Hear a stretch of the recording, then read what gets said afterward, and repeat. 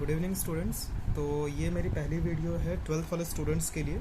तो उनको मैं कुछ समझाना चाहता हूँ क्योंकि अभी लॉकडाउन है, तो उसकी वजह से हम लोग अपनी ऑफलाइन क्लास तो अभी कंटिन्यू नहीं कर पाएंगे। लेकिन मैं आपको थोड़ा बहुत गाइड करना चाहूँगा हमारे 12th के सब्जेक्ट के बारे में, 12th के हमारे क्या सब्जेक्ट हैं और उसकी स्ट्रैटेजी क्या होनी चाहिए, हमें कैसे पढ़ाई करनी चाहिए। तो उसके लिए मैं आपको कुछ आज समझाने जा रहा हूँ। लेकिन आज की जो वीडियो है ये कहीं ना कहीं जो मेन फोकस किया गया है वो कॉमर्स वालों को किया गया है, आर्ट्स वालों पे नहीं किया गया है। लेकिन मैं ट्राई करूँगा कि मैं आर्ट्स वालों को भी उतना ही समझा पाऊँ जितना मैं कॉमर्स वालों को समझाना चाहता हूँ। तो चलिए सबसे पहले मैं आपको कुछ लिख के दिखा देता हूँ कि जो आपका 12th क्लास है, 12th में स्पेशली जो हमारे पास कॉमर्स के स्टूडेंट्स हैं, तो कॉमर्स में आपको ये पता होना चाहिए कि कुल मिला के आपको 5 सब्जेक्ट मिलने वाले हैं। 5 सब्जेक्ट में से जो पहला सब्जेक्ट होने वाला है वो होने वाला है आपका अकाउंट, सेकंड होने वाला है आपका मैथ्स, थर्ड होने वाला है आपका इकोनॉमिक्स, फोर्थ होने वाला है आपका बिजनेस स्टडी जो कि बीएसटी के नाम से जानते हैं, और फिफ्थ है हमारा इंग्लिश। तो ये 5 सब्जेक्ट आपके होने वाले हैं जिसको आपको 12th में स्टडी करना है। मैं इसको थोड़ा नंबरिंग लिख देता हूँ, 1 2 3 4 एंड 5। लेकिन कुछ भी स्टार्ट करने से पहले आपको थोड़ा बेसिक चीज़ इसके बारे में पता होना चाहिए। बेसिक चीज़ें क्या है, सबसे मेन इम्पॉर्टेंट याद रखिएगा कि अगर मैं कॉलेज के पॉइंट ऑफ व्यू से बात करूं तो कॉलेज में एडमिशन लेने के लिए हमें टॉप 4 सब्जेक्ट की ज़रूरत होती है। टॉप 4 का मतलब क्या है ये भी मैं आपको अच्छे से बता देता हूँ। टॉप 4 का मतलब कि जैसा कि आपको पता है कि आपके पास कुल मिला के 5 सब्जेक्ट हैं, यहाँ पर आप देख सकते हो। अब इस 5 में से कोई भी 4 सब्जेक्ट हमें चूज़ करने हैं। वो 4 सब्जेक्ट कौन से होंगे? वो 4 सब्जेक्ट वो होंगे जिसमें आपके जो मार्क्स हैं वो सबसे हाईएस्ट हैं, उसी को टॉप 4 बोला जाता है। लेकिन यहाँ पर मैं आपको कुछ टर्म्स एंड कंडीशन बताना चाहूँगा। टर्म्स एंड कंडीशन क्या है? टर्म्स एंड कंडीशन क्या है? टर्म्स एंड कंडीशन का मतलब ये है कि कुछ बच्चे ऐसे हैं आपके में जिसके पास मैथ्स होगा, with maths you can say, और एक है जिसके पास मैथ्स नहीं है जिसको हम बोलते हैं विदाउट मैथ्स। अब मैथ्स और विदाउट मैथ्स में क्या डिफरेंस है? जिसके पास मैथ्स है उसके पास टॉप 4 का मतलब क्या है ये देख लीजिए आप आराम से। मैथ्स का मतलब ये है कि पहला जो सब्जेक्ट होगा आपका वो आपका इंग्लिश जो सब्जेक्ट होता है वो आपके लिए कंपलसरी बन जाता है, क्योंकि कहीं ना कहीं टॉप 4 में आपके पास एक लैंग्वेज होना चाहिए। तो जिनके पास मैथमेटिक्स है उन पे इंग्लिश, 4 में से एक सब्जेक्ट में इंग्लिश उनको ऐड करना ज़रूरी है। अब चाहे उसमें आपके 33 आते हैं चाहे आपके 100 आते हैं, हमें उसको कंसीडर करना होता है टॉप 4 में। इसके बाद बचते हैं आपके पास 3 सब्जेक्ट, 1 2 3। अब इस 3 के लिए आपके पास ऑप्शन क्या है? अकाउंट है, मैथ्स है, इको है एंड बिजनेस स्टडी है। इन 4 में से कोई भी 3 सब्जेक्ट आप इसमें से ले सकते हो और आप अपने टॉप 4 की स्कोर चेक कर सकते हो कि आपके कितने बन रहे हैं। वहीं अगर हम विदाउट मैथ्स की बात करें तो विदाउट मैथ्स का बस एक डिफरेंस आ जाता है कि उनके पास भी इंग्लिश तो रहता ही रहता है, लेकिन मैं थोड़ा आपको दिखाना चाहूँगा जिनके पास मैथ्स नहीं होता, मैथ्स की जगह उनके पास होता है हिंदी।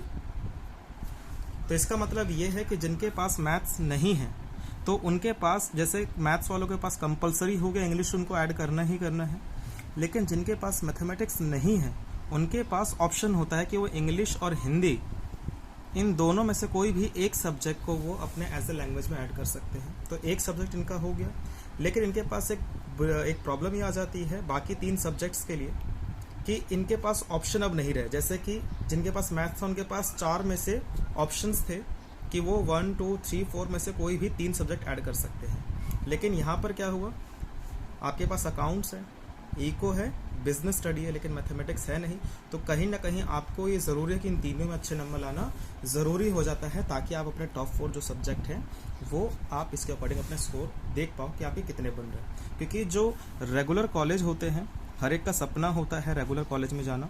तो रेगुलर कॉलेज में हमारा जो परसेंटेज होता है कॉमर्स के लिए वो एटलीस्ट जो है 95% अगर आप लाते हो तब जाके थोड़े चांसेस होते हैं कि हाँ शायद आपका एडमिशन हो सकता है, अदरवाइज चांसेस बहुत कम होते हैं। तो मैं हल्का सा दोबारा एक बार रिवाइज करा दूँ कि मैंने क्या बताया है। मैंने आपको जस्ट ये इंट्रो दिया है कि जो 12th वाले हैं, उन जो कॉमर्स है स्पेशली, उनके पास कुल ये 5 सब्जेक्ट होते हैं। इन 5 सब्जेक्ट में से भी क्योंकि जो मेरा हमेशा हर साल जो एक कंसर्न रहता है वो टॉप 4 के लिए रहता है कि बच्चों को ये पता होना चाहिए कि अगर हमें रेगुलर में जाना है तो रेगुलर में जाने के लिए हमें क्या करना है, कैसे तैयारी करनी है, एटसेट्रा एटसेट्रा। तो उसमें से सबसे मेन जो प्रॉब्लम है वो मैथ्स और विदाउट मैथ्स के बीच में आती है कि हमें किस सब्जेक्ट को कितना ध्यान देना है, कितना नहीं देना है। तो एक छोटा सा क्राइटेरिया था ये बताने के लिए कि हाँ, अगर आप रेगुलर कॉलेज में जाना चाहते हो, जो कहीं ना कहीं हर एक का ड्रीम होता है, तो वहाँ पर जाने के लिए कम से कम अगर आप 95% क्रॉस करते हो तो जाके कहीं चांसेस होते हैं। अच्छा, इसके अलावा मैं आपको कुछ और चीज़ बताना चाहता हूँ। जैसा कि आपको पता है मेरा नाम शिवम है। अब मैं थोड़ा बहुत आपको अपने और अपने इंस्टीट्यूट के बारे में आपको कुछ इन्फॉर्मेशन दे दूँ। तो मेरा नाम है शिवम सर। मैंने बीकॉम ऑनर्स कर रखा है, मैंने एमकॉम कर रखा है, मैंने बीएड कर रखा है and now I am preparing for UPSC. तो ये मेरी कुछ क्वालिफिकेशन है जो मैं आपको बताना चाहता हूँ। दूसरी चीज़, हमारे इंस्टीट्यूट का जो नाम है वो है अचीवर इंस्टीट्यूट। अचीवर इंस्टीट्यूट की खास बात क्या है? हम लोग सीधा सा एक चीज़ आपको बोलना चाहेंगे, जो भी हमारे साथ बच्चे जुड़ते हैं इस वीडियो के जरिए, कि बहुत सारे आपको ऐसे इंस्टीट्यूट मिलेंगे बेटा, बहुत सारे, जो अगर मैं किसी इंस्टीट्यूट का नाम नहीं लेना चाहता, किसी भी इंस्टीट्यूट में जाते हो तो वहाँ पर एक बैच में अगर वो 100 स्टूडेंट्स पढ़ा रहे हैं तो 100 में से शायद ही कोई 5 to 7 स्टूडेंट ऐसे निकलते हैं जो 90 क्रॉस करते हैं। लेकिन हमारे यहाँ का रिकॉर्ड है कि हमारे यहाँ का रिकॉर्ड कुछ ऐसा है कि जितना हमने अभी तक स्कोर किया है, मैं एकदम चैलेंज के साथ बोल सकता हूँ कि अगर पूरे कोई नागलोई में अगर मेरे रिकॉर्ड को बीट कर देता है, कोई ये बता देता है कि नहीं आपसे अच्छा इंस्टीट्यूट है जिसने आपके बच्चों से भी ज़्यादा स्कोर किया है, मैं उसके पूरे साल की फ़ीस पेड करने के लिए तैयार हूँ। क्यों? क्योंकि हमारे का रिकॉर्ड कुछ ऐसा है जो सबसे बड़ा अचीवमेंट माना जाता है, जो किसी भी बच्चे के लिए एक ड्रीम होता है 100/100 लाना। हमारे यहाँ के एक स्टूडेंट है जिसने इकोनॉमिक्स में 100/100 स्कोर किया, ये हमारे यहाँ पहला है। दूसरा, हर एक कॉलेज में, क्योंकि जो भी बच्चे पढ़ते हैं, हर साल बच्चे आते हैं 12th में, हर साल उनका एक ड्रीम होता है कि हमें रेगुलर में जाना, जैसा मैंने अभी आपको बताया, रेगुलर में जाना। और रेगुलर में भी, क्योंकि पूरे इंडिया में अगर मैं बताऊँ, पूरे इंडिया का जो सबसे बेस्ट कॉलेज है, क्योंकि हम लोग कॉमर्स के पॉइंट ऑफ व्यू से ज़्यादा बातें कर रहे हैं, तो पूरे इंडिया का जो बेस्ट कॉलेज है कॉमर्स का, शायद आपको पता भी हो, हम लोग जो बच्चे 11 से जुड़े हैं उनको अच्छे से पता है, पूरे इंडिया का जो सबसे बेस्ट कॉलेज है वो है SRCC, Shri Ram college of commerce. तो पहला अचीवमेंट तो अचीवर्स का ये है कि हमने 100/100 स्कोर किया है। एक स्टूडेंट है हमारे यहाँ की, मैं आपको सब कुछ इसके बारे में इंट्रो दे दूंगा अगर आप चाहते हो तो, उसने 100/100 स्कोर किया है। सेकेंड अचीवमेंट हमारी ये है कि जो सबका सपना होता है, हर एक का कहीं ना कहीं ड्रीम होता है कि वो SRCC में पढ़े। हमारे यहाँ के स्टूडेंट्स बहुत ऐसे हैं, एक ऐसे स्टूडेंट है जो SRCC में ही पढ़ रहे हैं। इसके अलावा थर्ड अगर मैं आपको बताऊँ, पूरे DU में बहुत सारे कॉलेज है, कम से कम तो 60+ कॉलेज हैं, और हर एक 60+ कॉलेज में, ये 60 कॉलेज के भी कुछ पार्ट्स होते हैं बेटा, जैसे एक होता है नॉर्थ कैंपस, एक होता है साउथ कैंपस, एक होता है नॉर्थ कैंपस, एक होता है south campus. North campus, south campus कहीं ना कहीं ये होता है कि कोई भी बच्चा अगर नॉर्थ कैंपस में भी एडमिशन ले ले, जैसे आपने रामजस कॉलेज का नाम सुना होगा, रामजस कॉलेज, आपने हिंदू कॉलेज का नाम सुना होगा, आपने खालसा कॉलेज का नाम सुना होगा, ऐसे बहुत सारे कॉलेज है, खालसा है, और जो भी आपके मन में आता है, लाइक हंसराज है, ऐसे बहुत सारे कॉलेज है। साउथ में ARSD है, वेंकटेश्वरा है, और बहुत सारे जो भी कॉलेज है, मोतीलाल, शिवाजी, राजधानी, बहुत सारे कॉलेज है, नंबर ऑफ लिस्ट है। तो थर्ड हमारी अचीवमेंट ये है कि शायद DU का शायद ही कोई ऐसा कॉलेज हो जहाँ पर शिवम सर के बच्चे नहीं पढ़ रहे हैं। तो कहीं ना कहीं आपको ये पता होना चाहिए कि ये मैं क्यों बता रहा हूँ, ये इसलिए मैं बता रहा हूँ ताकि आपको ये पता होना चाहिए कि जिस इंस्टीट्यूट, जिस सर के साथ आप जुड़ने जा रहे हो आने वाले ये जो साल है आपका 12th के लिए, तो उनके पास इतनी सारे एक्सपीरियंस है, इतनी कैपेबिलिटीज़ है कि वो भी आपको वहाँ तक लेके जा सकते हैं। बस आपको आपके टीचर पे थोड़ा ट्रस्ट करना होगा। तो यहाँ पर मैंने आपको बताया जैसे कि हमारा 100/100 का रिकॉर्ड है, श्री राम का रिकॉर्ड है, DU का शायद ही कोई ऐसा कॉलेज जहाँ पर शिवम सर के बच्चे ना पढ़ रहे हैं। तो ये कुछ खास बातें थी कि जिससे आप ये ट्रस्ट कर सकते हो कि हाँ, जिस इंस्टीट्यूट के साथ आप जुड़ोगे वो कोई आम स्टूडेंट, एक आम इंस्टीट्यूट नहीं है। अगर आपको लगता है कि हाँ, इससे भी अच्छा आपको कोई इंस्टीट्यूट मिल सकता है, मुझे बताइएगा, मैं आपकी फ़ीस पेड करूँगा।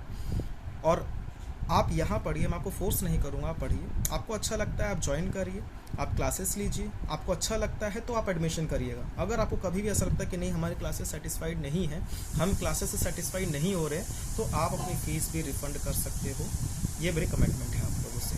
तो अभी तक हमने सिर्फ क्या डिस्कस किया है कि हमारे पास सब्जेक्ट क्या है। जैसे मैं आपको बता देता हूँ हमारे सब्जेक्ट्स क्या हैं।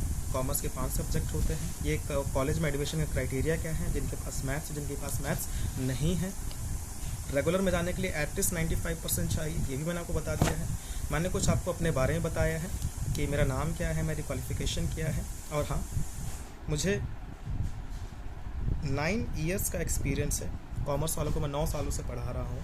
और ये हमारे ये इंस्टीट्यूट का नाम है चीवर इंस्टीट्यूट। और यहाँ पर हमारा, मैंने आपको कुछ रिकॉर्ड्स के बारे में बताया कि हमारा रिकॉर्ड्स क्या रहा है अभी तक अचीवर का। 100/100 का रहा है, श्री राम का रहा है, शायद ही DU का ऐसे कोई कॉलेज है जहाँ पर हमने एडमिशन ना लिया हो। अगर तब भी आपको कोई डाउट लगता है, कुछ क्वेरी हो, प्लीज़ मोस्ट वेलकम, आप मुझे फ़ोन कर सकते हो, मैसेज कर सकते हो, मैं आपको उसका रिप्लाई दे दूँगा। तो ये है एक जनरल आइडिया। तो ये फर्स्ट वीडियो है, आप देख लीजिएगा इसको, और कोई दिक्कत हो आप प्लीज़ मुझे बताइएगा। सेकेंड वीडियो अब हम थोड़ा क्लासेस के रिगार्डिंग स्टार्ट करेंगे। Okay, thank you.